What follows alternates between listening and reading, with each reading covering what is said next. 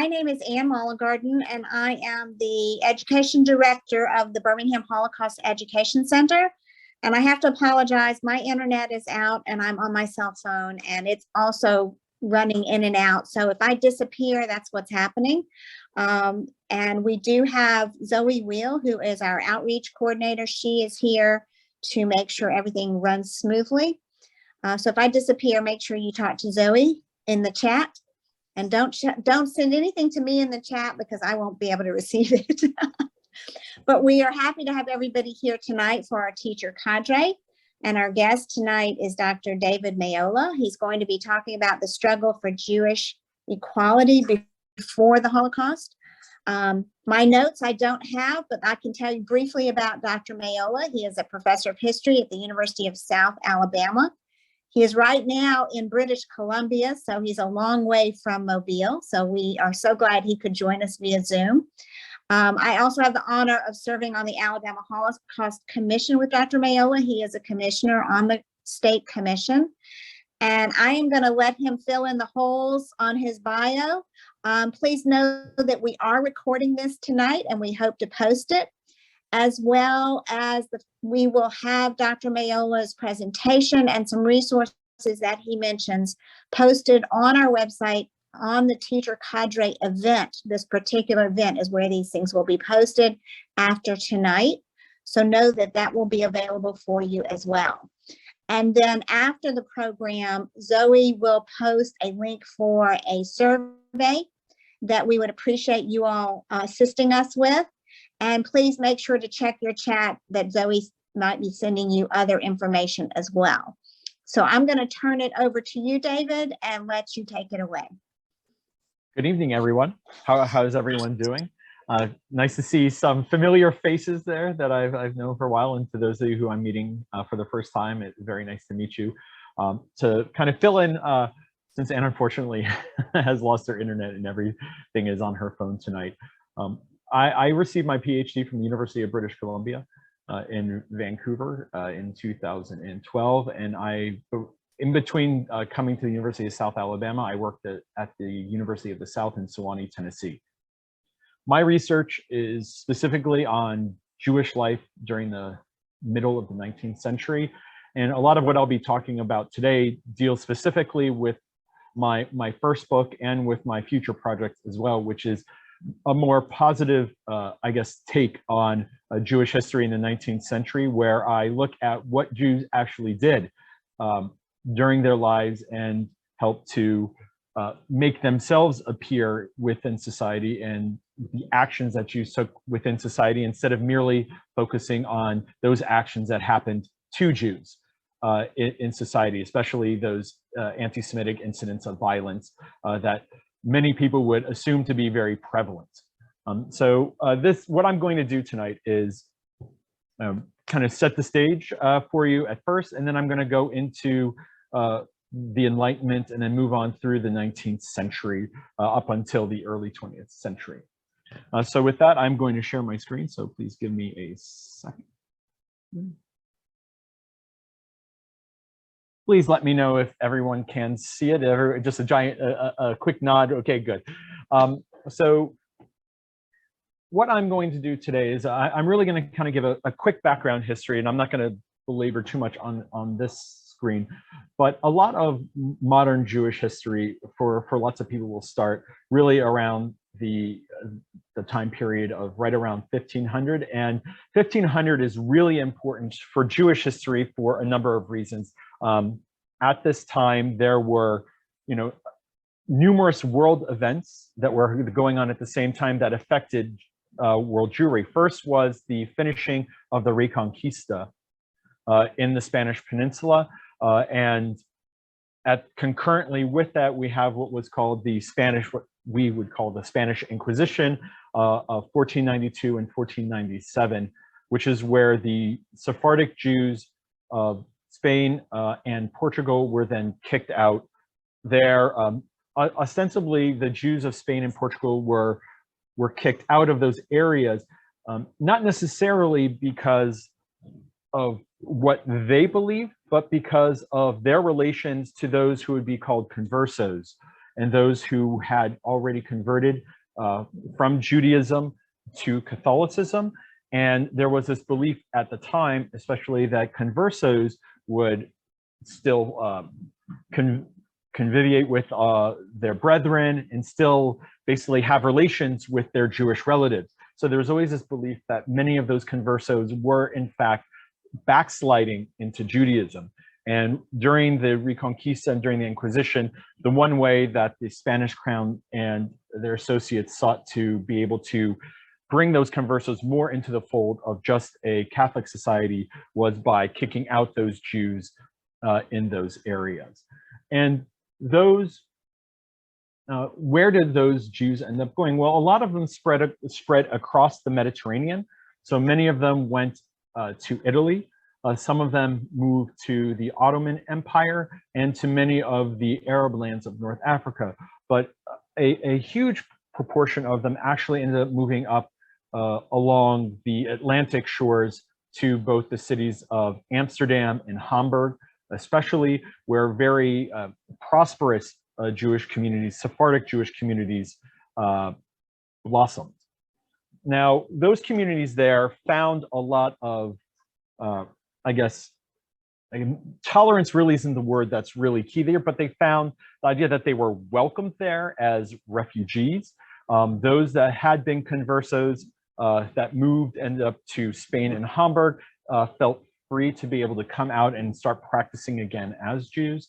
And some of that has to do with the spirit of the time, that in those areas, especially in the Netherlands of the late 15th and early 16th century, you had a reforming spirit even within Christianity at that time. So the currents within Christianity, and this is the other really big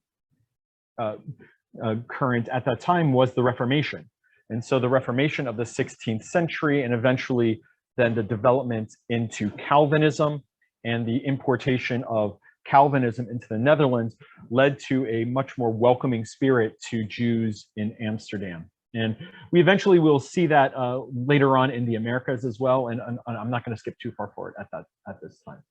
But one of the things to think about with this movement towards the modern era, or we can say really around the French Revolution, was that Jews were looking for places to go and looking for places to be able to be successful and live again. One of those places was England. The Jews were kicked out of England back in the 1290s, and they were looking to come back into England as well. And this happened during the era of Oliver Cromwell, really in 1654, when Manasseh ben Israel wrote to Oliver Cromwell, basically asking him to allow the Jews in. And one thing that's actually interesting about Manasseh ben Israel's application to Cromwell was his focus on the economic utility of Jews, right? This wasn't him appealing to Cromwell in a sense of humanity, right? This is not some Enlightenment spirit yet where we're talking about individual rights and we're talking about individuals, that they are men, but really that Jews should be seen as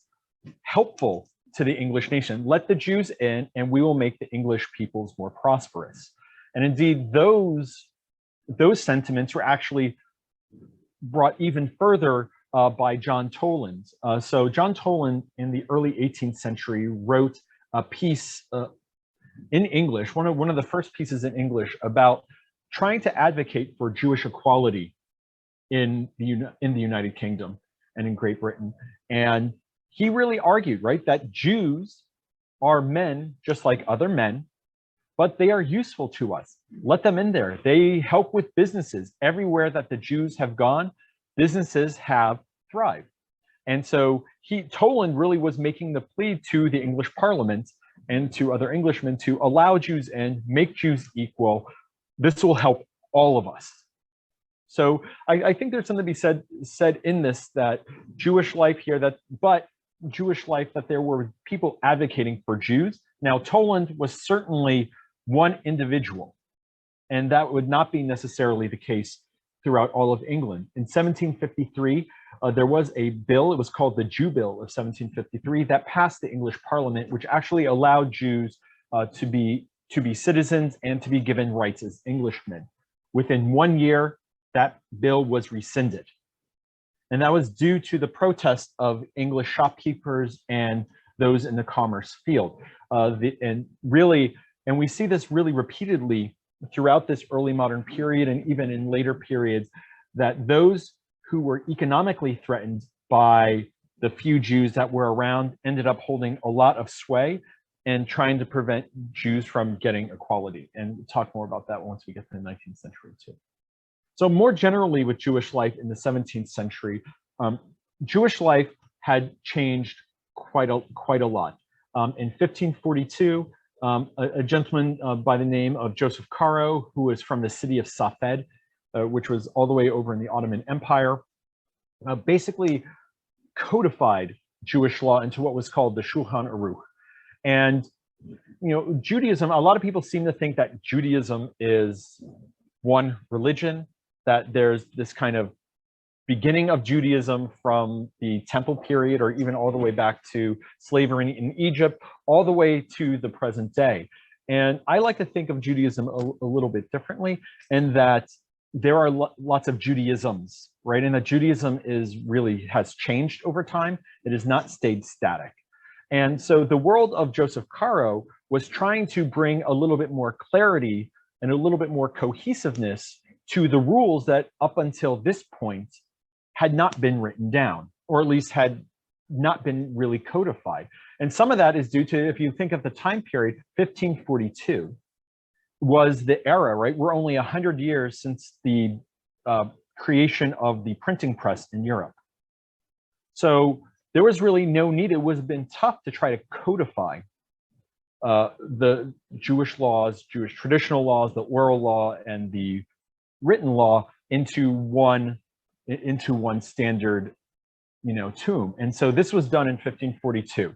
And so there was, from this point, kind of a lot easier way, using these printing presses and the spread of reading and the spread of these books, to be able to get the Talmud and the Torah into various hands and to have a more uniform Judaism.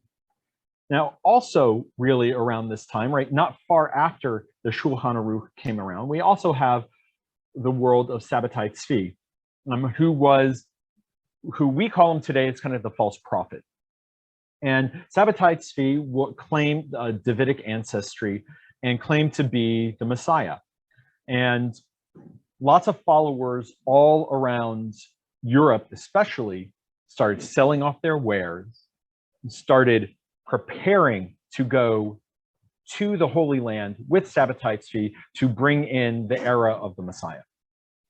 Well, this was, at first, this was seen as, a lot of people welcomed this. And he was kind of seen as, someone not to be, not really that important within the realm of the Ottoman Empire. And eventually, though, the movement threatened to unsettle the Ottoman Empire a bit. And so the Sultan actually arrested Sabbatai Tzvi. And he was basically given an option. And this was either to convert or to become a martyr. And instead of becoming a martyr, he chose to convert. And he got a pension of sorts from the Ottoman Empire. And this shattered the Sabbatean movement. And a lot of what happened with the Sabbatean movement afterwards is that the rabbis of the early 17th century really began to reassert their control over their communities, and using the Shulchan Aruch to do that. In some ways, that was problematic for Jewish communities, and actually in many certain situations, it actually started driving people away from religious service over time as well. So by the time of 1800, less than 50% of Jews regularly attended synagogue. So, and a lot of this had to do with this aftermath of Sabbatai Tzvi. So, and part of that, the decline of attendance in the synagogue was a reflection of the decline of attendance actually in lots of Christian religions as well. It wasn't just rabbis who were complaining about lack of people not going to religious services. In fact, this was very common throughout Western Europe, especially. So with the stage set, I'm going to now talk a little bit more about the road to emancipation. a lot of people would argue, and I would also argue, that Moses Mendelssohn is perhaps the most important person on this road from the Jewish side. Moses Mendelssohn was born in the city of Dessau, which is now in Saxony-Anhalt, in kind of central Germany. And he grew up in that town, and eventually when he was in his teens, he ended up walking all the way to Berlin and working in the city of Berlin and being allowed into the city of Berlin. There in Berlin, Moses Mendelssohn made friends with the gentleman named there on the slide, both Friedrich Nicolai, who was one of the top publishers in Berlin, and Gotthold Ephraim Lessing, who was perhaps one of the more interesting personalities in the Berlin Enlightenment of the late 18th century. A lot of people believed, Mendelssohn also as well, that Lessing thought of Baruch Spinoza, who is someone I didn't talk about, but is someone who could certainly be a part of this discussion as well, as a Spinozist who kind of challenged the premise of religion and revealed religion entirely, and much more of a radical Enlightenment sense, that it was through education that the people were going to eventually throw off the yoke of this kind of despotism and of religion as a whole. Mendelssohn, though, was not convinced of the radical Enlightenment and of Spinoza's eschewing of religion. Mendelssohn really sought a middle way, both questioning religion, but also staying true to religion in many other ways. So Mendelssohn, it is said, Mendelssohn was someone who was what we consider to be an Orthodox Jew. He participated in Sabbath. He ate only kosher food. He did everything that a very traditional Jew of the period would have done. The only difference was that he was an autodidact. He learned German on his own. He learned philosophy on his own, and he also participated in the Berlin Enlightenment. He participated in the Wednesday societies. He participated in publishing. He participated in the scientific essay societies and scholarship competitions as well during this period. He was, by many accounts, a rival of Immanuel Kant during this era. And for those of you who are very familiar with Immanuel Kant and the importance of Immanuel Kant to the Berlin Enlightenment, the contemporaries of Kant saw Mendelssohn in that light. So one of the things that Mendelssohn started doing as well was, so he started foremost talking about how Judaism and how Jews could reconcile being Jewish within the modern state. One of these things that he did was that, he talked about this idea. He calls it a plea for tolerance. And in this plea for tolerance, which is one of the sources that I will give to all of you and will be on the website, he talks about the idea is that tolerance is not about forcing others to amalgamate or acculturate and become just like you. The idea is that that's not tolerance in the slightest. Tolerance, or toleration is perhaps a better word, is allowing those of different religions or of different creeds to be themselves, but yet also participate within those societies. So he was adamant, right, really began the process of saying that Jews are going to be Jews on their terms. They are not going to be Jews on the terms that you want Jews to be, right? You want Jews to be X, Y, and Z. Well, Jews are going to be Jews and how we define it, not how you define it. And that was something that Mendelssohn did. And so Mendelssohn and his followers, so those David Friedlander, Isaac Euchel, and then David Frankel and Joseph Wolff, right around 1800, they all sought to bring Mendelssohn's message to Jews who lived outside of Berlin into other areas. David Friedlander is by far the most controversial of Mendelssohn's acolytes.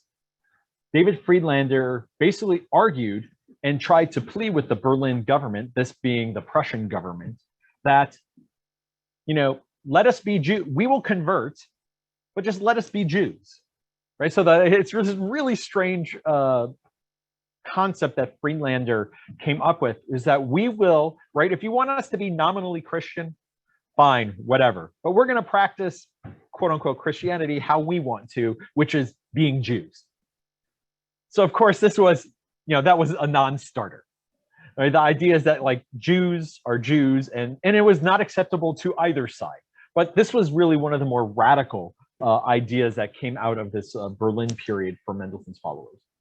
Isaac Euchel actually started using the printing press and the new resources, created a magazine or a journal called AHEC, which translates as the Gatherer.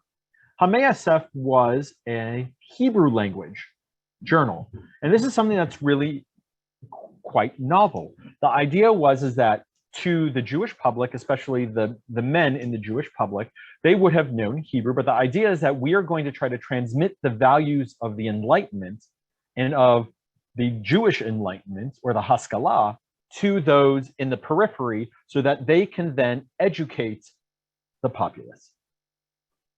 Sulamith, which was written by David Frankel and Joseph Wolf, took this a step further. Sulamith was a German language journal. And here we see that the idea was that, well, we're not just going to try to reach those who know Hebrew, but we're actually going to try to reach those whose primary language or vernacular language was German. And I say this is important because by the time Sulamith began publishing in the early 1800s, most German Jews actually had German as their primary language, especially those in the Western areas. Those who still lived in Eastern Europe, say those in Poland and those in the eastern parts of Prussia, primarily spoke Yiddish. But Sulamith was a transition from a Jewish language into that of the vernacular. And so this journal actually functioned on two levels. One, it was to the Jewish public, but also two, it was a way for them to broadcast to the German bureaucrats and also to the German princes what Jews were actually doing. And part of the reason why this was important is because of the work of Christian Wilhelm von Dohm, who wrote On the Civic Amelioration of the Jews. This was published in 1781 and 1783, and this treatise was in response to Moses Mendelssohn's plea to Dohm to write something on behalf of the Jews of Alsace, who by that time in France were under scrutiny by the King of France.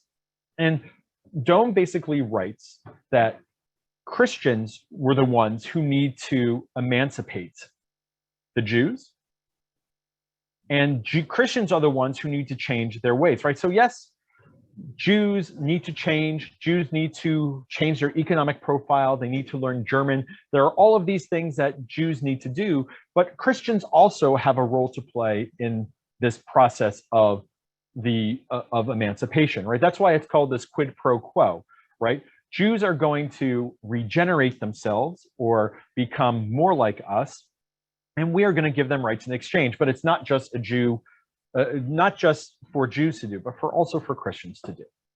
Concurrently, Emperor Joseph II of the Holy Roman Empire issued what were called the Patents of Toleration within Austria, and a year later in Bohemia, and later on in that decade in the 1780s and early 1790s, also for those areas of Galicia, which is now in the Ukraine. These toleration patents allowed Jews to live in these cities. They allowed Jews to own property and also allowed Jews to start attending the universities. This was a step in Joseph's mind of trying to bring Jews closer to the public or to the rest of the German-speaking world. Now, all of this led in, right, so here we are at this early 1780s, and then within a decade, we're now in the French Revolution.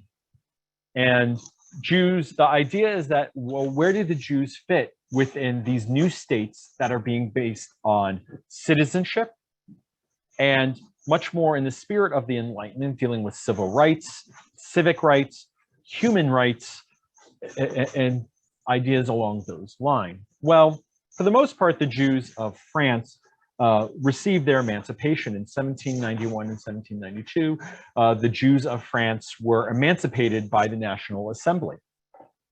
Jews were basically, as Count Stanislaw Clermont Clermont-Tonnerre would say that to the Jews as individuals, we will give everything. But to the Jews as a nation, we give nothing. And the sentiment behind this is that Jews as individuals have the same rights and obligations as all other Frenchmen.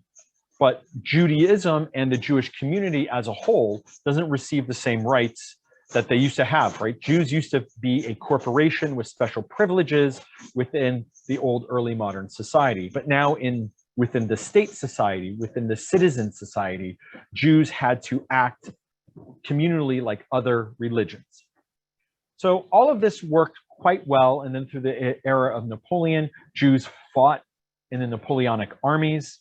In fact, I did research once on a gentleman whose name was Joseph Bloch, whose father came from Alsace, fought in the Napoleonic armies, and was eventually discharged in the city of Mainz. And then family ended up moving down into Wachenheim, down in the Bavarian Palatinate. So Jews served in the army. Jews as well, served in other ways within the French Republic.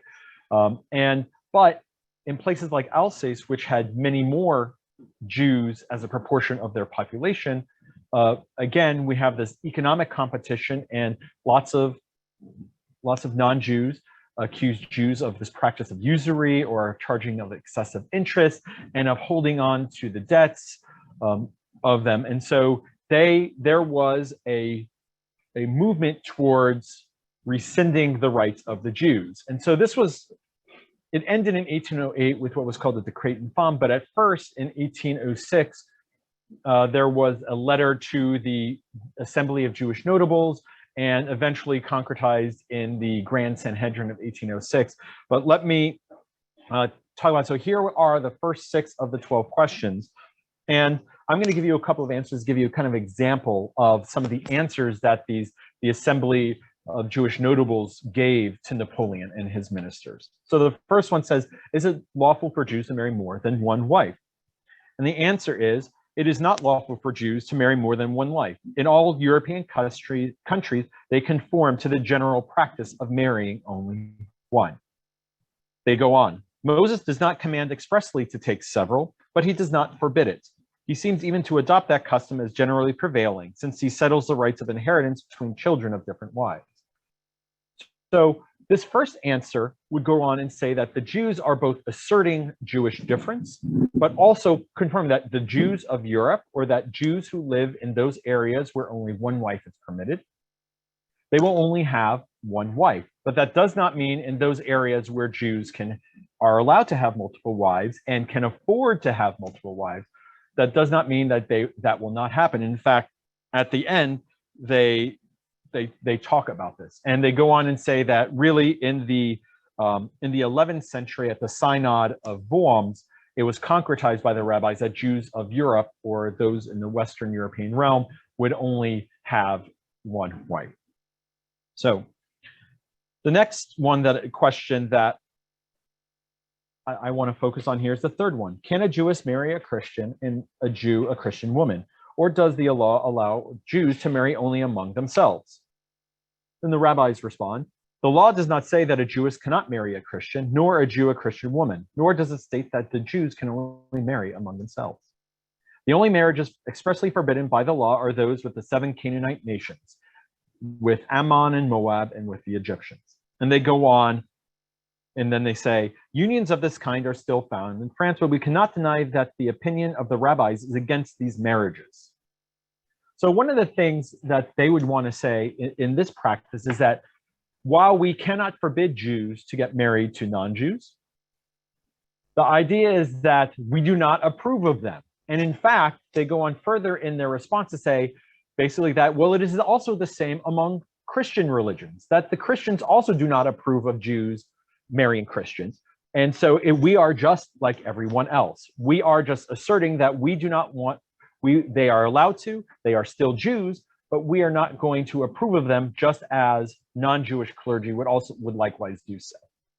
So these are, the fourth one is, in the eyes of Jews, are Frenchmen considered as their brethren? And they emphatically respond, in the eyes of Jews, Frenchmen are their brethren and are not strangers. Nice, simple, and to the point. So a lot of these laws were trying to, for the Jews here, and I put these on the slides, and there's a link to the page where I got them at the University of Calgary. And this is something that's important to see, that this was the rabbis and the Jewish notables' attempts to basically say to Napoleon, we are Frenchmen. There's nothing incoherent or that would not allow Jews to fulfill their obligations as Frenchmen and be members of the French state. So that's something that's really important in this, and in many ways became a model for how Jews would be in other areas. So I'm going to now give a little pause to all of you to ask some questions if you have any on this, and then I'm going to move on to some further developments in Judaism, including Jewish reform, that are important for the 19th century. Hey, David, this is Clark from Montevallo. Hey, Clark. Long time no see. Yeah, it has been a while. I have a question in terms of, let's say, even Enlightenment era or even slightly before, about Jewish communities and Jewish intellectuals contacting each other and communicating in terms of the spread of ideas. And it's just a big, broad question. I'll take anything you have on that. Thank you. Yeah. So one of the things in terms of the broad ideas, so they would communicate, right? I mean, they still wrote letters to each other. So one of the things that the rabbis and I mean, mostly like Jewish intellectualism, I would say up until the beginning of the Enlightenment or before that, you would have rabbis writing to each other, because they would give responsa and they would actually communicate with each other. There are other people there, like there would be those who were book collectors. So someone like a David Oppenheimer, who basically was a traveling library. And indeed, Josh Teplitsky recently wrote a book about this individual and about how he became a central source of knowledge in the early modern period because of his vast library. People from all over Europe would write to him because he had all of these books in various languages. So a lot of this was done via the old-fashioned letters. I mean, there were other Jews, right? So someone like a Raphael Levy, who even before, really during the middle of the 18th century, there were Jews who could attend universities. Jews could attend university, right? They couldn't go for theology, right? Theology was forbidden to them because theology at university strictly meant Christian theology, right? So they could potentially go into fields like mathematics. They could go into fields like law, well, although really law came a little bit later, and they could go into fields like medicine. So Jews would be part of an intellectual promise or a sphere. So Raphael Levy was a mathematician of the mid-17th century. And so he had contact with other mathematicians. And so they would have done this via traveling. Jews were often given passes to be able to transfer and be able to go between communities. We could call it kind of the pre-passport at the time that they were able to travel. So that's how they would communicate. You had those like a Solomon Maimon as well, who came from the eastern provinces of Prussia, or even really from Poland, and came into Prussia, and he would travel around to various communities. And he was a little bit different because he was someone who was not well liked as a person. He had a very kind of difficult personality to deal with, but he was an autodidact as well. And he would actually go around to various communities teaching, and the people would welcome him in. So you would get teachers as well that could go from community to community that would help to disseminate this kind of Enlightenment knowledge. But really, up until the printing press, right? I mean, Jews were not really that involved in print culture up until the Berlin Enlightenment came around. I mean, that was now there were Hebrew printing presses, right? There was a Hebrew printing press established in Venice, I believe, in the middle of the 16th century. And so there would be Jewish books printed in Hebrew. There were also Hebrew printing presses in Prague. There was also a Hebrew printing press in I believe it was in the city of Hamburg that was controlled by Jacob Emden. And so there were printing presses, but they were small. And so that's how those would get into these hands, and they would be brought by Jewish book dealers. around. So like books would travel by these Jewish book dealers, and that's how information would get from place to place. So any other questions? Or do you have any follow-ups, Clark? No, Oh, that's yeah, just, I appreciate that. That really gives me a great sense. So you answered exactly what I needed. Thank you, David. You're welcome. You're welcome. Arnie, hello, greetings. Hi, how are you, dude? Just a quick question. I mean, you didn't mention anything as to what paralleling is, what's going on with the Catholic Church, their influence. And secondly, in this entire period, was there ever a crisis that badly needed a scapegoat? It's almost like historically, when the crisis occurs, suddenly you kind of tick off, and the Jews have always been there. Yes. So, yeah. So, can you just comment? Was that true at this period as well?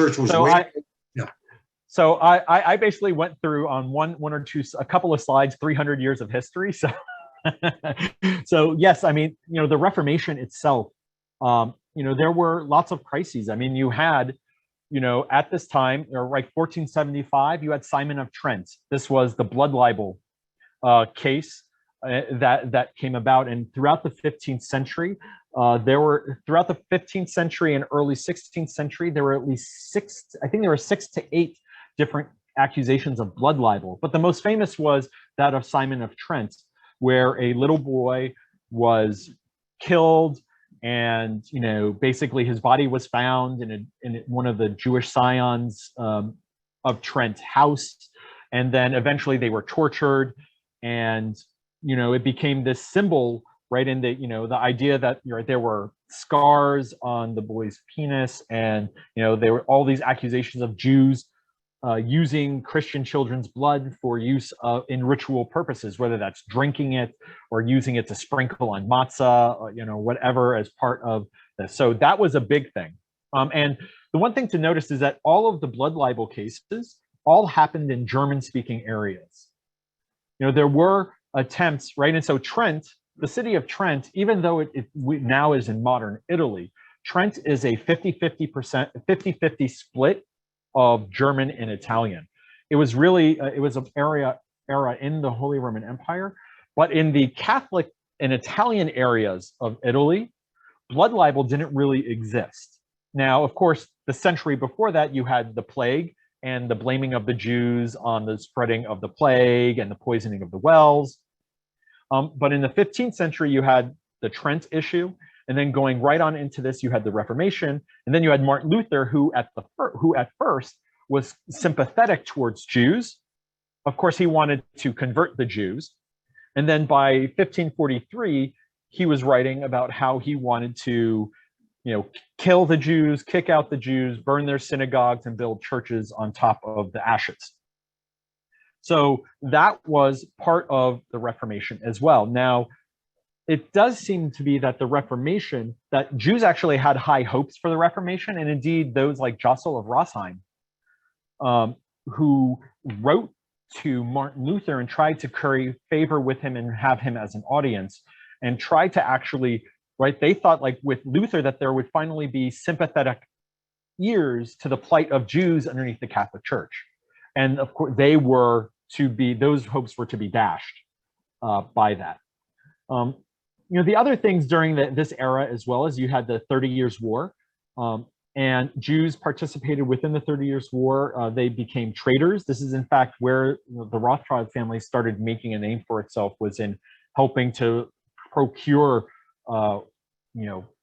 commodities for various armies.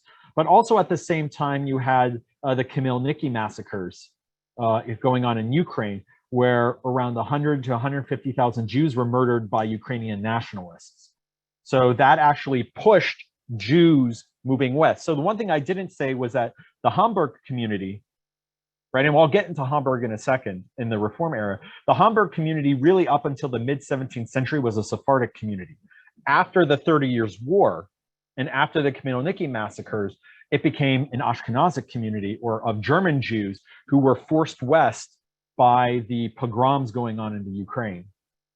So these were big events, right? I mean, the Jewish community was pushed out by some of these nationalist exercises. Now, once you get beyond the 30 Years' War and the Khmelnytsky massacres, around 1700 in the 18th century, there were a couple, Jews were kicked out here, Jews were maybe kicked out there, but nothing like wholesale big uprootings in the early 18th century.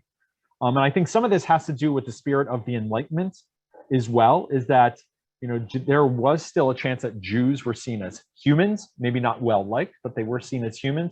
And amongst many of the areas is that even in Protestant areas and amongst Catholic areas, Jews were seen as necessary, right? From a utilitarian purpose, Jews were seen as necessary parts of early modern life because they were the ones who were helping to facilitate trade. They were the traders going from town to town. They were the traders, bringing goods to the farmers and willing to take a risk on many German farmers, right? I mean, that's why Jews were accused of usury, right? Because Christians weren't lending money to other Christians, right? And Jews were willing to do so even when the risk was very high, right? And we know this from, kind of basic economic theory, that when the risk is very high, you're going to charge a higher percentage, right? Because there's a higher chance that you're going to lose that money just because due to the risk. So I hope that helped explain all of what was going on there. And then, of course, you had the, as I was saying, the Sabbatai Tzvi stuff, right, which was internal to Judaism. But that was, that was all part of this, right? You have the creation also in Eastern Europe of the Hasidim, and the creation of, this more spiritual and more revivalist type of movement in Judaism that really kind of mirrored that of the Pietist movement in Christianity, right? Where so there were lots of interesting things going on that had parallels within Christian and Jewish societies. Any other questions before I go on? I don't want to. If not, I will continue on. So here, the end of the Napoleonic era was something that it's very important. And I'm going to shift over to what Jews themselves were really doing to help get themselves established. As I mentioned before, the quid pro quo of rights for regeneration really became kind of the barometer by which Jews were going to be judged, especially in Central Europe, for their fitness for equality. Or when by fitness for equality, I mean being judged by Christians to become citizens, equal citizens of a state. And some of this was started during the Napoleonic era itself. You had Israel Jacobson, who in the Kingdom of Westphalia, which was ruled by Napoleon Bonaparte's brother Jerome, Israel Jacobson, who was, we would consider to be a court Jew, or someone who was a financier or a courtier, would be another word for them. He became the head of what was called the Israelite consistory. And this consistory was focused on directing Jewish life in the kingdom. And so what they did was they started establishing what were called free schools, which were schools that were supported by sponsors and donors who wanted to provide free education for poor Jews to be able to learn about secular subjects. And so one of those, I'll get to it, I actually have an advertisement for one of these types of free schools that developed in the Grand Duchy of Baden right at the end of this period as well. So the free schools was one component of making Jews more secular and learning not necessarily Jewish things, not just Hebrew, right? They'd learn Hebrew at these free schools and they would learn lots of math, but they would also learn things like science. They'd do gymnastics or like physical education. And they also would do other foreign languages and things that were very similar to what were going on in German and Christian gymnasia. The other component of the end of the Napoleonic era that was really important was the creation of what we would call Jewish reform. So for those of you who are unaware that Judaism, by all, like I talked earlier about the idea that there are multiple Judaisms, right? That in history, there have always been Judaism, whether it was Sephardic and Ashkenazic Judaisms, whether it was kind of this Mizrahi and kind of Arab world Judaisms, or even Old Temple period Judaisms as well. In this modern era, we see as well that the Enlightenment and the engagement with the Enlightenment and the engagement with modern secular societies and with modern nation states also brought about a reform in Judaism as well. And part of this started with the idea that there had to be a way to allow Jews to still be Jews and yet still fulfill all of their obligations as citizens, right? That the modern world was a more capitalist world. It was a world that was rapidly industrializing, right? The Industrial Revolution started in the early 1700s. It came to Central Europe really in the early 1800s, and Jews were part of this process. And all of this kind of secularization, modernization brought about a modernization in Judaism too. The one thing I have here and I wanted to show you is with this is a version of the first Reform prayer book ever created. So this is from the temple in Hamburg. As I said, this became a Jewish community. And the one thing I have these pictures, I think they're really they really show us what Jews themselves were doing to try to bridge that gap between being Jewish and also their obligations and to their society, right? As I mentioned before, most Jews by 1819, they spoke German as their primary language. So here you have a book that here on the left side, you have the opening page, which is in both Hebrew and in German. And then you have here the opening dedication, which is the right picture over here. This is written only in German, right? And we say this like when we're able to use your name as the top of this Gebetbuch, which is a prayer book, right? To do, right? And so they're going through here and they're doing it's all in the name of God, you know, in the spirit that, you know, this modern life in German, right? So what a signal to the rest of the community in their German environment of how they thought of themselves. They thought of not just as Jews, but also as Germans. So here I'm showing you this page here. This is a not necessarily the prayer itself, but notice here that there is Hebrew on this page. There's also German, which is the main text. Actually, I'm going to get my little pen here to show you. Here, so this is Hebrew right up here. This is the translation here. One thing to notice as well is that acknowledging that many of those who went to synagogue did not actually speak Hebrew or couldn't actually read Hebrew, you'll see the most important prayers they're basically transliterated. So you actually have the Hebrew in German characters.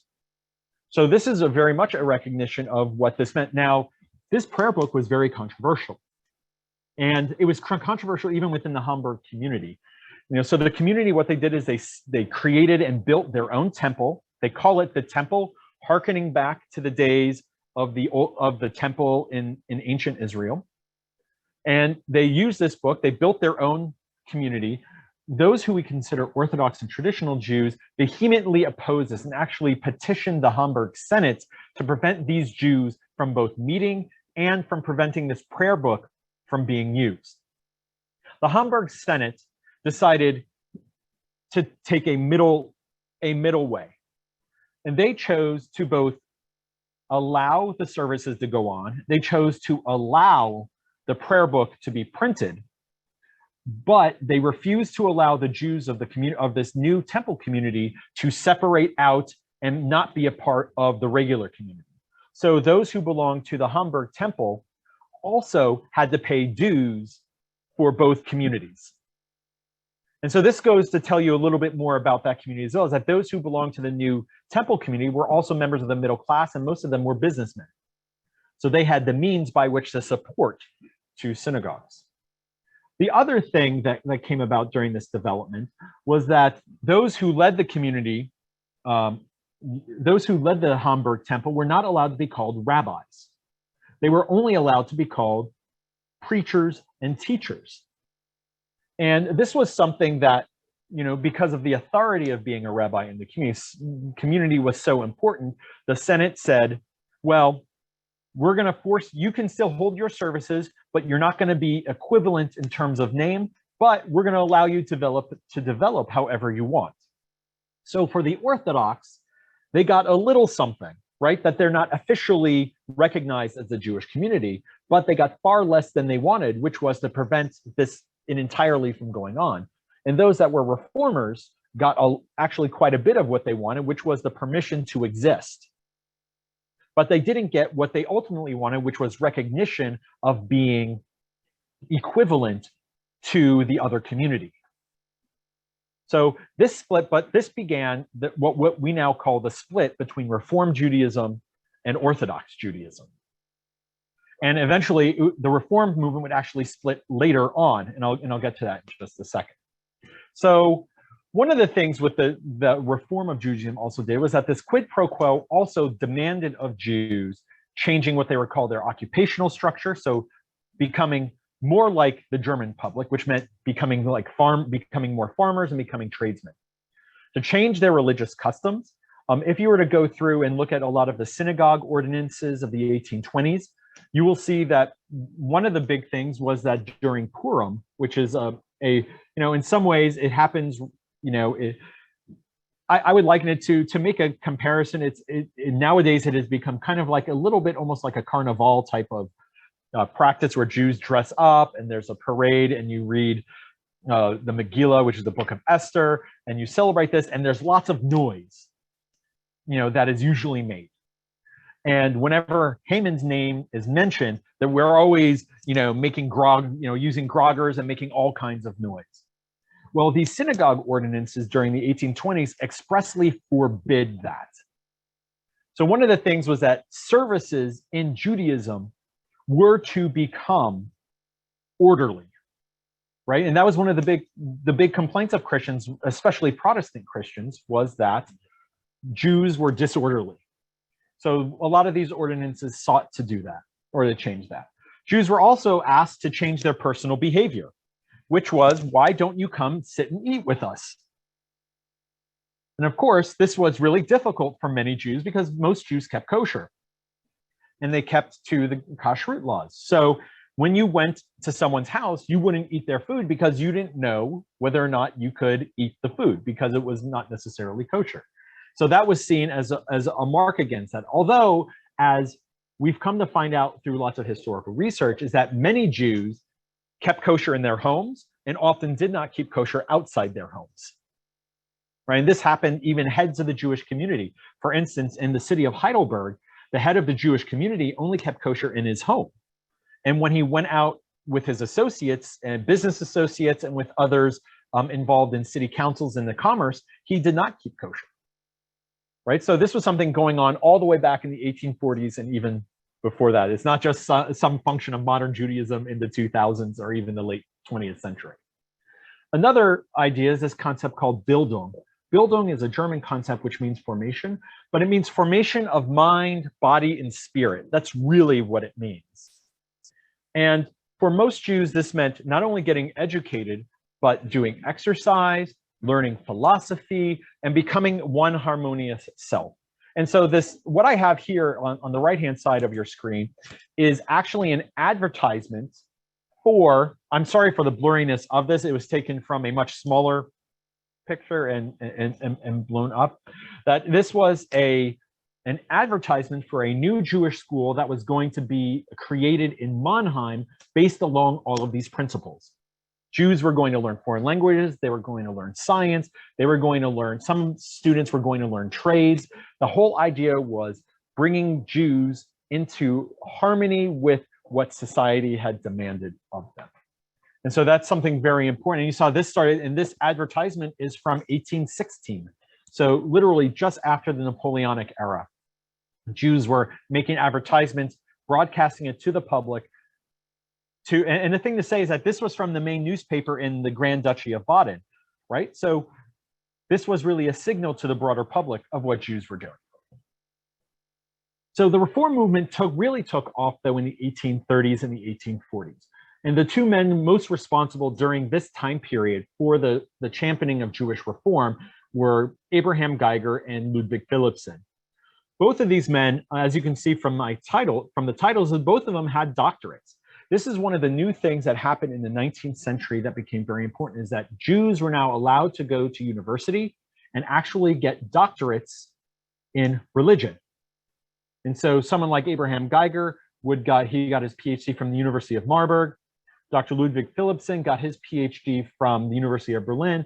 And even those who we now consider to be kind of forerunners of the conservative movement, someone like a Nathan Marcus Adler, who was chief rabbi in Hanover and eventually chief rabbi in England. He was the first German Jew to get a doctorate of theology from the university in Germany and become a rabbi. And he got his in 1830 from the University of Würzburg. And so we start seeing that now there was an academic study or an academic degree for many of these rabbis. Rabbis all throughout Germany were expected to know German, and they were to have degrees, right? It wasn't good enough in many locations for Jews just to have grown up and go to a yeshiva. They had to get university degrees and fulfill this concept of Bildung, as I just mentioned. So Abraham Geiger was a very controversial figure because of where he was posted. He was first posted in Wiesbaden, and he really started thinking more intellectually about Jewish reform. Well, he applied for a post in the city of Breslau, which is now the modern city of Wrocław in Poland. And in 1837, he was appointed by reform-leaning members of the Breslau community to be the second rabbi. Now, this was seen as an affront by Rabbi Solomon Ticknen's followers in Breslau. And it actually got to a point where there were riots and there was actually fighting amongst Jews, right? I mean, there's always been this myth that Jews don't really fight amongst each other and they don't get violent with each other over these types of disputes. But in the city of Breslau, the followers of Geiger went and would try to assault and attack the followers of Geiger during this. And this affair lasted for 3 years. The Orthodox tried to get the government to intercede, right? And to prevent Geiger from being able to accept his post. And in the city of Breslau, right, one would think that in Prussia in the 1830s and 1840s, we had a very anti-Jewish government from Frederick William III, who was the king at the time. But his bureaucrats actually had no problem with this. And so they allowed Geiger to become the second rabbi, and this conflict would continue on really for decades. The other man who became really important in Jewish reform was Ludwig Philipson. He created in 1837 the Allgemeine Zeitung des Judentums, which was the longest running Jewish newspaper of the 19th century. It lasted from 1837 until it was absorbed by another newspaper in 1922. Philipson was an advocate for reform, and in fact, it was he who actually organized what were called the rabbinical conferences of 1844 and 1846, and this was a way to get all of the reformers all throughout the German states to come together and to try to decide on a path for Reform Judaism. And so the rabbinical conferences here that I have on the screen, there were 3 of them. The city of Brunswick was the first one, followed by Frankfurt and by Breslau. These are, what I have here on this screen are the notable accomplishments of these rabbinical conferences. One of the things that really didn't happen was that, the first conference in Brunswick or in Braunschweig was that it really didn't actually accomplish that much. But the first conference is actually noted more for what the response was to the conference than what actually happened at the conference.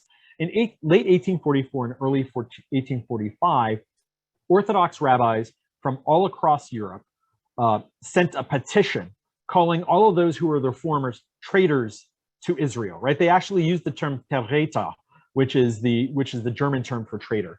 And the idea is that this petition circulated from, you have those in the Netherlands, those in Germany, those in Hungary, and those in Poland, signing this document to try to really impose on the German governments that those who are trying to reform the religion are not wanted and are not acceptable within the community. The one thing is that these fights became really vituperative, right? I mean, in my own work, and I have a book coming out on this next year, where you look at in Frankfurt in 1845, the Rabbinical Conference of 1845 was concurrent with other debates in the Frankfurt community about Jewish reform.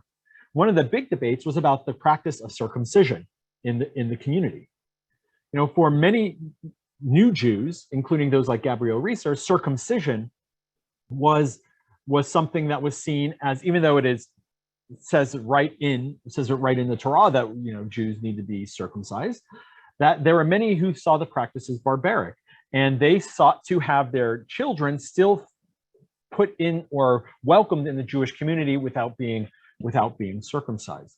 And so this ended up becoming a huge debate within the entire Frankfurt press, right at the same time that these conferences were going on. So this wasn't just the point is that all of these conferences were not just internal to Judaism.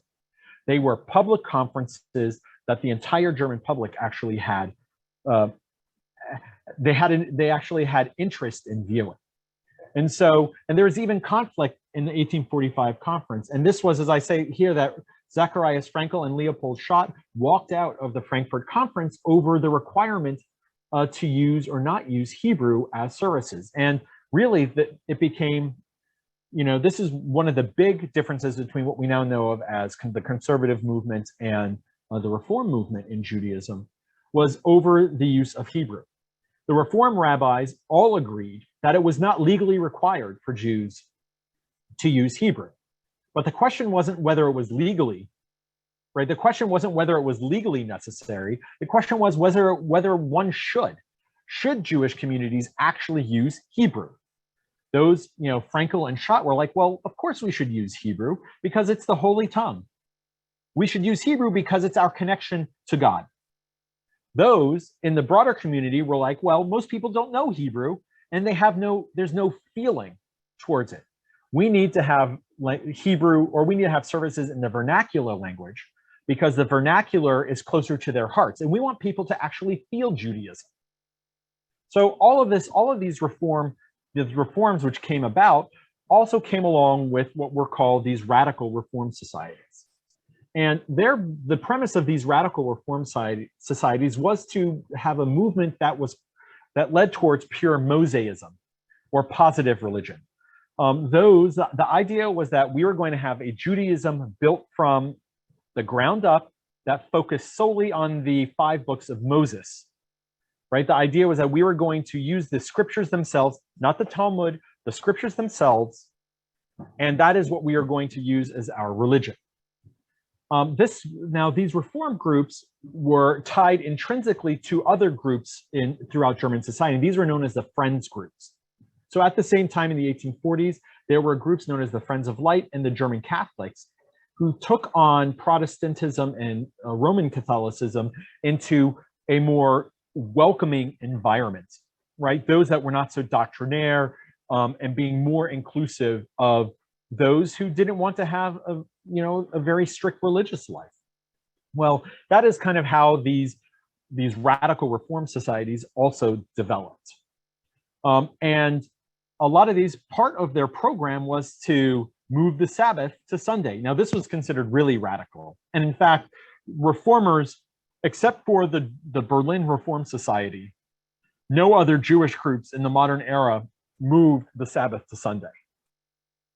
And they were totally services only in German. Now, that one group, even though it was singular in its existence, actually lasted until the Nazis got rid of the group in the 1940s.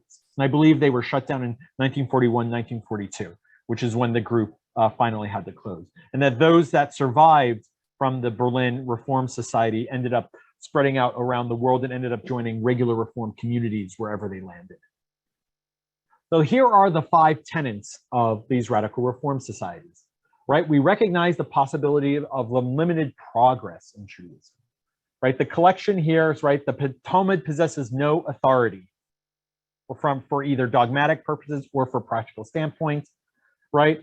And a Messiah who is to lead the Israelites back to the land of Palestine is neither expected nor desired by us. We know no fatherland except to that which belong by birth or citizenship. Right, the point of this group, they saw themselves as Germans, right? They were Germans of the Jewish faith.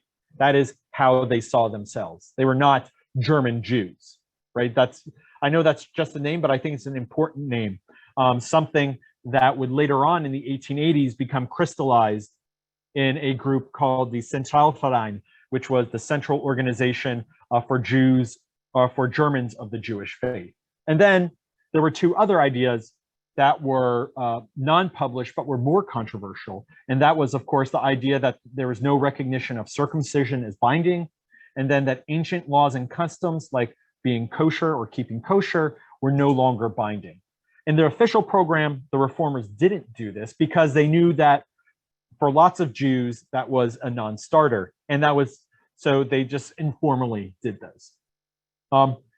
Peggy, I will get to your question. I have another Q&A thing coming up, so don't worry.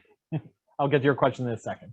And so here is another thing here. I just want to go over the third quote here where it says, we want belief.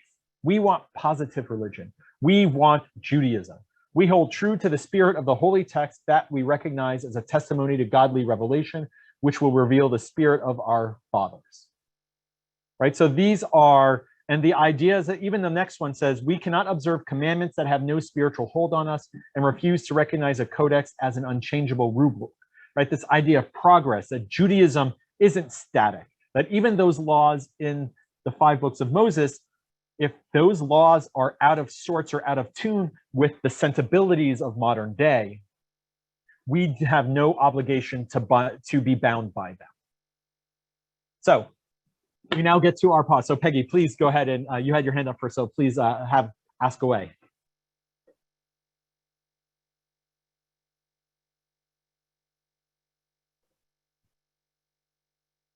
You might be, oh, I'm sorry. Peggy, are you there? I cannot hear you. Might you be? Oh, I'm sorry.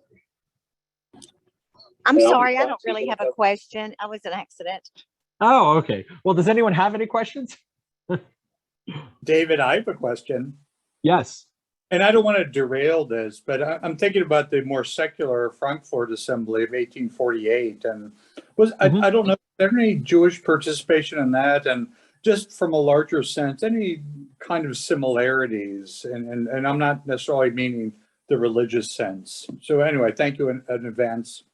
Yeah. Well, there was actually quite a lot. There were at least, I believe, there is a book, by Jacob Turey, and he actually looks at Jewish political participation in Germany during the 19th century. And so there were at least, I believe there were at least 30 members of the Frankfurt Parliament who were either Jewish or of Jewish descent that participated there. And you know, even during the 1830s and 40s, there were Jews who participated in local politics. And in the Frankfurt Parliament, one of the vice presidents was Gabriel Rieser, who is considered by most scholars to be the champion of Jewish emancipation. And so he was there. Also, there was Johann Jacobi, who was another member. He was also another member of the delegation that sought to give Frederick William IV the crown of German emperor during the revolutions of 1848. So there were lots of Jews that were involved. There were lots of Jews. Jonathan Sperber, in his book called Rhineland Radicals, talks about there were Jews in double their proportion to their population in the Rhineland who joined democratic and revolutionary associations. There were lots of Jews that participated on the barricades in both Vienna and in Berlin. And indeed, I believe one of the first victims in Vienna was Jewish. So there are lots of Jews who participated in these revolutions. Some of them ended up becoming 48ers and coming over here to the United States. In fact, several of them ended up participating in the US Civil War. And so by 48er, they would be kind of much broader, those who came to the US from 1848 really until 1860. One could kind of expand it out. And one of those was actually, I come to find out this past summer, was my great-great-grandfather, who came from the Prague area, came to New York in 1857, and then served in the 58th New York Volunteers in 1861. But there are others, right? So Leopold Karpelis, who was from Prague, and he was a 12-year-old when the revolutions happened. His family moved to Texas in 1849. He was an abolitionist, moved to the North around 1860, served in the Union Army and became the first Jewish Congressional Medal of Honor winner during the Civil War. There were others who, four Prussian brothers who had lived through the Revolution of 1848, moved to Wisconsin. One became governor of Wisconsin in 1863, and three others were officers in the Union Army. So there are lots of individuals who lived through there, may have participated in that, and then came over here and also affected American life. So yeah, so there were lots of Jews involved in politics, more so especially during the 1850s and 60s and 70s. The most famous of which in France was someone by the name of Adolphe Crémieux, and he became a minister during the 1848 years, and I believe also again during the Paris Commune of 1870. So he was part of the, so Jews were involved in many of these areas. Any other questions? So does that answer your question, Clark? That does. Thank you very much. Any other questions or anything other? So with that, I will continue here. I have to get over to my other, where's my screen? There's my, there we are. So I'm going to quickly go through here that like other places other than Germany, I think it's important to understand that Jewish emancipation was a long process. In France, Jews got emancipated towards the beginning of the revolution. In Germany, Jews didn't actually get full rights until 1871. In Baden, they got it in 1862, Württemberg, 1864, in Bavaria, not until 1871, right? There are lots of areas, so it fits in pieces, but by the time the German Empire founded in 1871, Jews had full equality. That didn't mean that they were considered equal citizens. And in fact, there was lots of informal discrimination within German society in the Second Empire. In places like England, Jews had been welcomed back in, as I mentioned, by Cromwell. Jews were free for the most part, but they were not necessarily equal, right? The first Jew to be elected to public office in England was David Solomons in 1830s. He was elected as a sheriff in London. And Lionel Rothschild was the first Jew elected to Parliament, and that was in 1857, although he had been elected originally in 1851. The problem was that to be a member of Parliament, you had to swear and take a Christian oath. So until 1857, which is when the House of Lords and the government agreed that each house could make its own rules, in 1857, the House of Commons agreed to allow Jews to not have to swear on a Christian Bible, and that allowed for Lionel Rothschild to become the first Jewish MP. Now, there was still other discrimination against Jews in British society, and the final disabilities in England came in 1890, which is when Jews were finally allowed to receive degrees from Oxford and Cambridge. So even then, Jews were not necessarily allowed to go to institutions of higher learning because those were seen as real bastions of this kind of Anglican and Christian heritage. So other areas, you had those in the Netherlands and Belgium.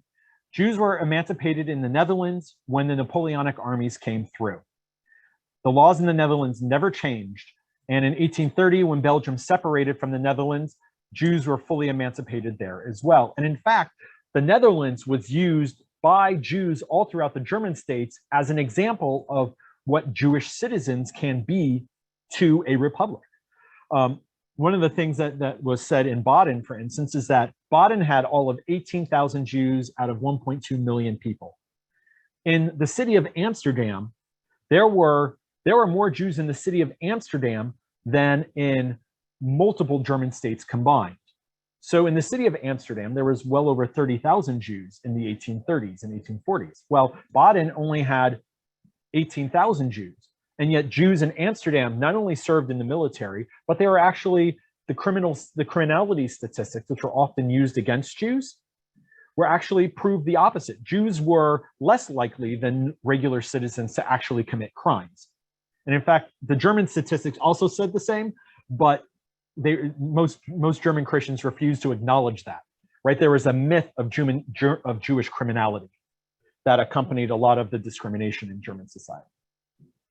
In places like Italy, during the Napoleonic era, Jews were let out of the ghettos.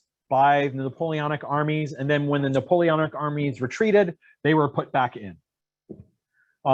Eventually, this led to an unequal area. Jews eventually got their rights in 1861 when Italy became a nation. But just before that, we had one of the worst incidents of anti-Semitism during the 19th century, which was the Mortara affair.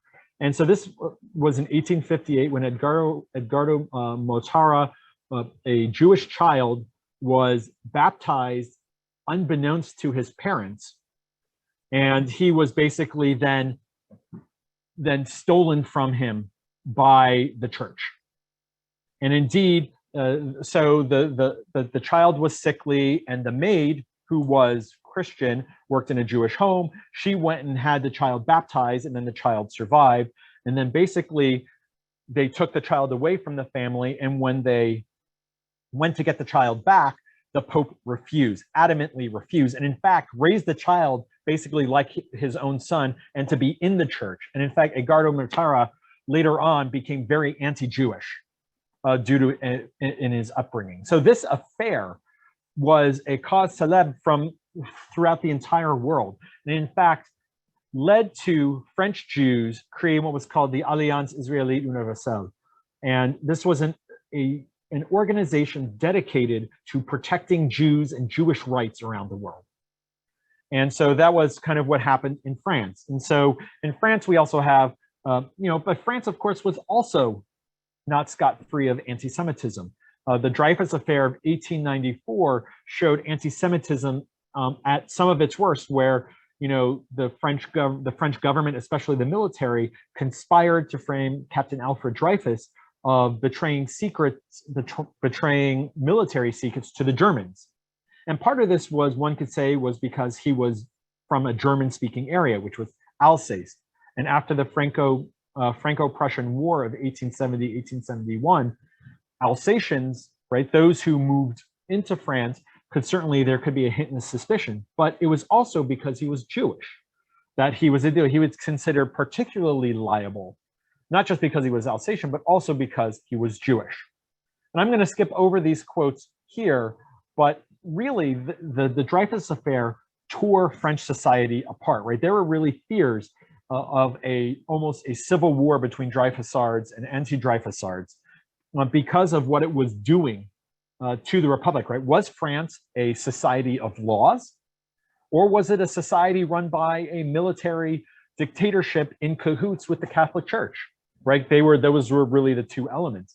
And Émile Zola, who was one of the foremost realist writers of the era, took his pen and really accused the French government in J'accusais of really forcing their hand, right? He was brought up on libel charges because of his accusations against the French government and the conspiracy of the French government to accuse Dreyfus, despite evidence to the contrary.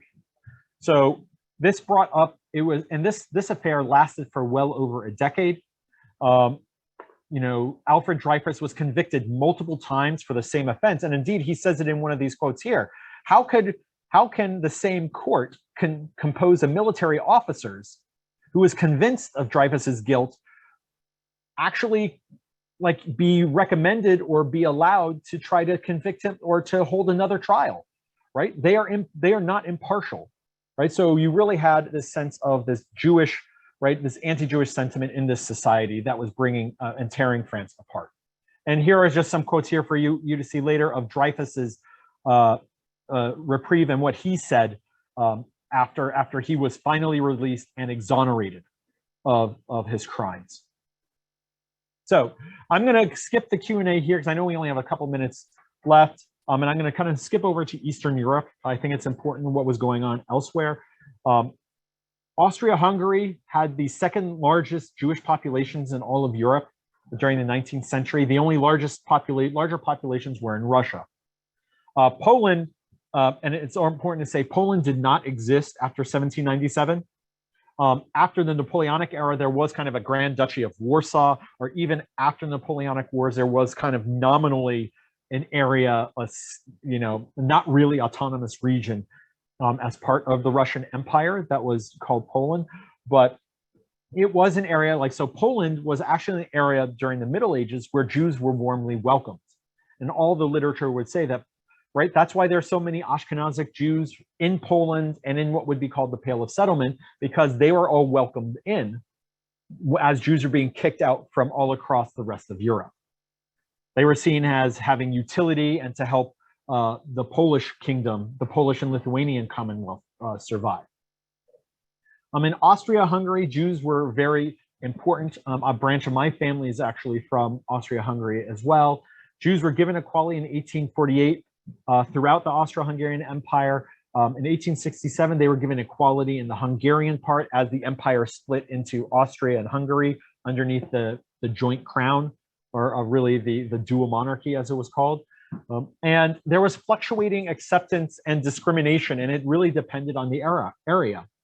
Right, in places like in the Czech areas, which is Bohemia and Moravia, there would be acceptance and tolerance, and then there would be violence, like during the 1848 revolution.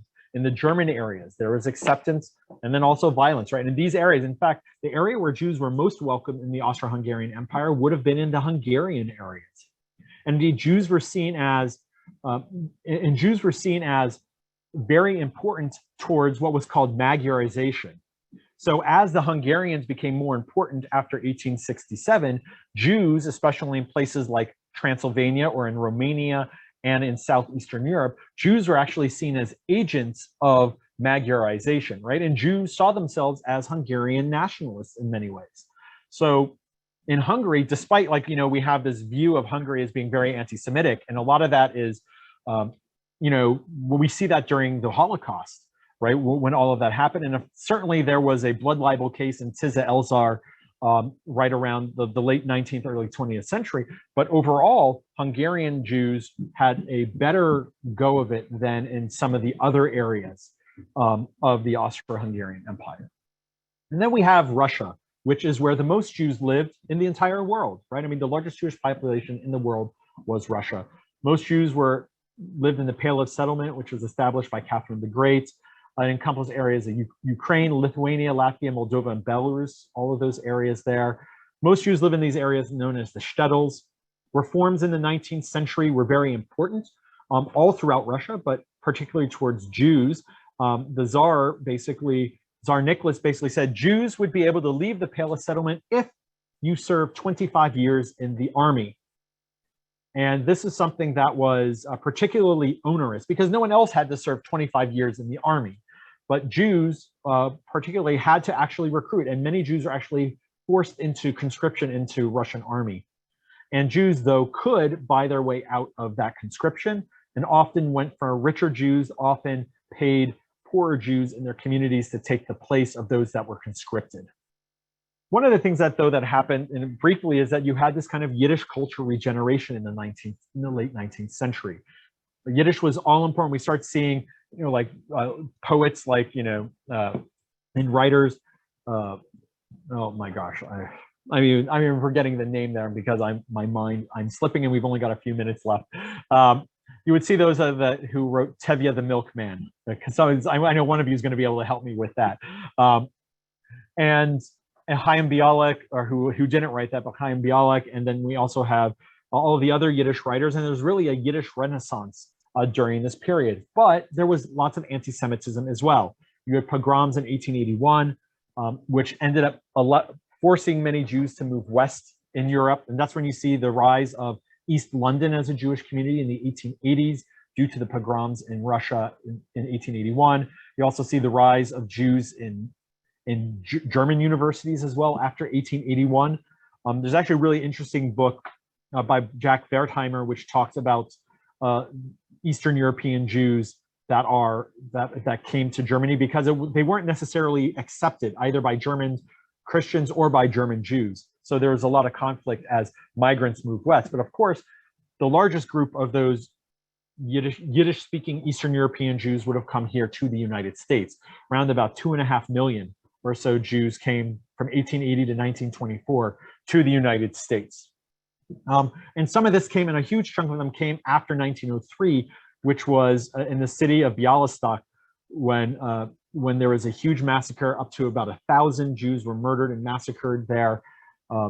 And and here we have Chaim Bialik's, and here is just a one stanza from his poem called "In the City of Slaughter," and you can see just from here the murder, the burning down of people's homes, the widespread destruction that happened in these cities was something that was very, very important and very notable. And indeed, news correspondents from the New York Times and from all across the West came and reported on the destruction that was going on there. Other areas that were very important as well, those areas were like Romania in Southeastern Europe. The Eastern Question in 1878, which was settled by the Congress of Berlin, that allowed Romania to basically be autonomous and a separate country. And Jews in these areas fought for their rights, but these supposedly liberal governments in Southeastern Europe, Algeria as well, they refused to recognize Jews as citizens in these areas, right? And so there was lots of anti-Semitism in Romania that fomented and eventually led to what we would see later on during the Holocaust, when nearly 450,000 Jews in Romania were murdered by other Romanians during that era.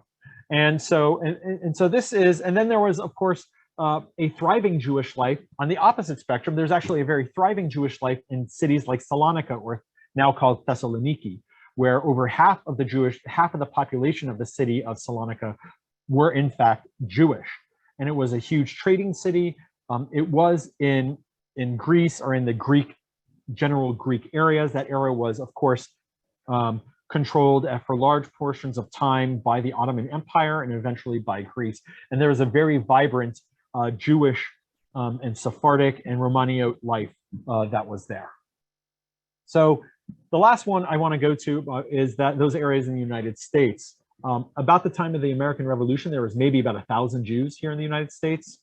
There was discrimination in the United States. A lot of people always seem to see that there's this myth that the United States came about, the First Amendment came about, Jews were free, right? George Washington wrote a letter, I'll show you it in a second, to the Jewish community of Rhode Island, and welcoming the Jews in. But in places like Maryland and in Pennsylvania, Jews were actually forbidden to vote until 1823. And part of that has to do with the ethnic makeup of those in the Maryland and Pennsylvania areas, where most of those were actually Germans, right? They're ethnic Germans who had migrated to the US. And so a lot of those anti-Semitic beliefs that they had in Europe came over here and they brought with them. In those areas that were more anglicized, there was less anti-Semitism.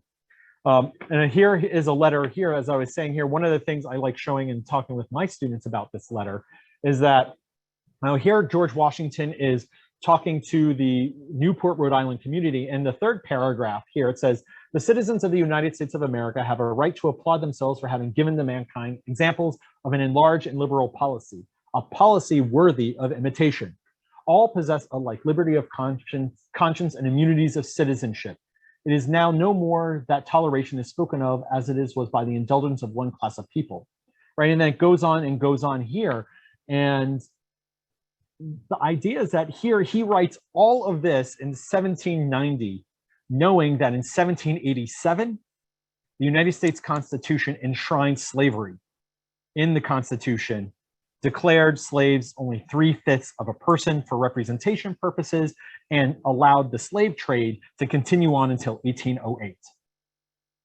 Right? So this was written here, right, to a class of people, like saying that our government should be applauded and imitated, right? And so this is part of the inconsistencies of that era. On the one hand, there's the spirit of welcoming and acceptance, but also there's this, this, I guess, inconsistency of being able to applaud the, of application of those, right? That all men are created equal. Clearly, we know that in some cases they were, and in some cases they were not. Another thing that when I talk about with the America is that this is a poem, and I think many of you probably know this poem quite well. This is called The New Colossus. This is written by Emma Lazarus. She is from an old Sephardic Jewish family that came to the United States and had been in New York for generations.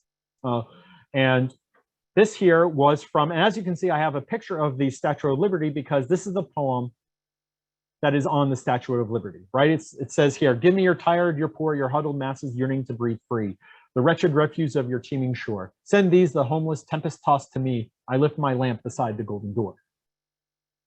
Right, so in this century, right, you had all of these situations, right? You had the 1823, right, finally lifting and granting of Jewish equalities in Maryland.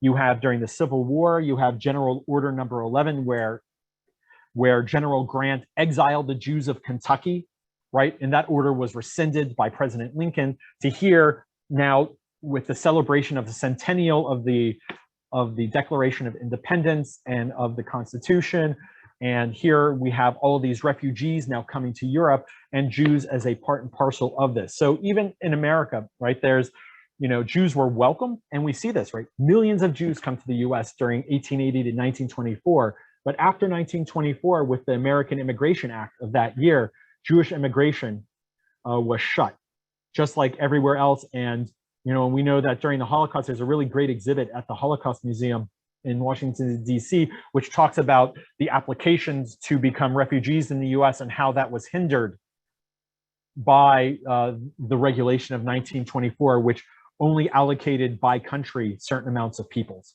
to be entered into the US. So just for that, here is my last thoughts are that here are some teacher resources to you.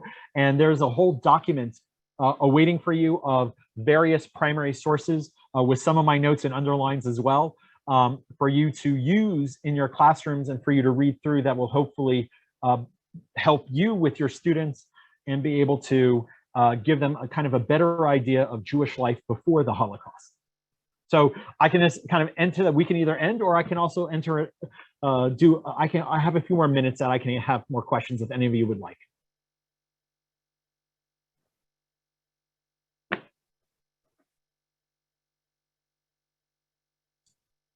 Well, thank you so much, David. I appreciate it. And does anybody have any more questions? I know it was long. It was an hour and a half, but I figured working that in with the questions actually worked really well. So I think it did too. Well, thank you for giving us some background to what we are all studying. And I'm going to have to go back and listen again because I kind of missed the whole first half. I'm back online though. That's great. Zoe has put in the chat our evaluation. So we would really appreciate it if you all would take a second and go to that link and let us know what you thought. And David, again, thank you so much. And it will be, this program will be recorded and it will be posted on our website if you want to go back and revisit that, as well as David's PowerPoint and his different references that he gave us. So thank you all, and I hope you all have a wonderful evening.